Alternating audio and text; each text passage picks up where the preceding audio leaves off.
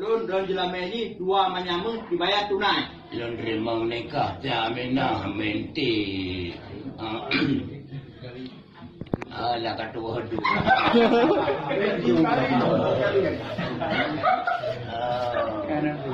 Kanan dua kali.